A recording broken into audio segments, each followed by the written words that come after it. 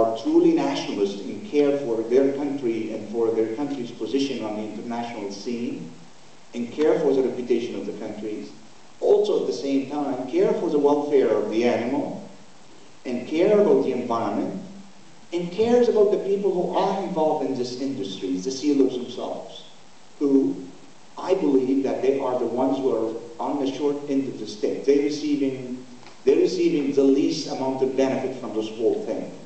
Furthermore, they've been used by the government.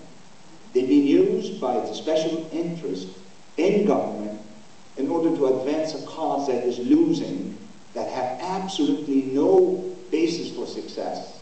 And in the end, we know what's going to happen. It's not any different than what happened in other industries when the government of Canada was speaking on both sides of its mouth, talking to the people and talking around the international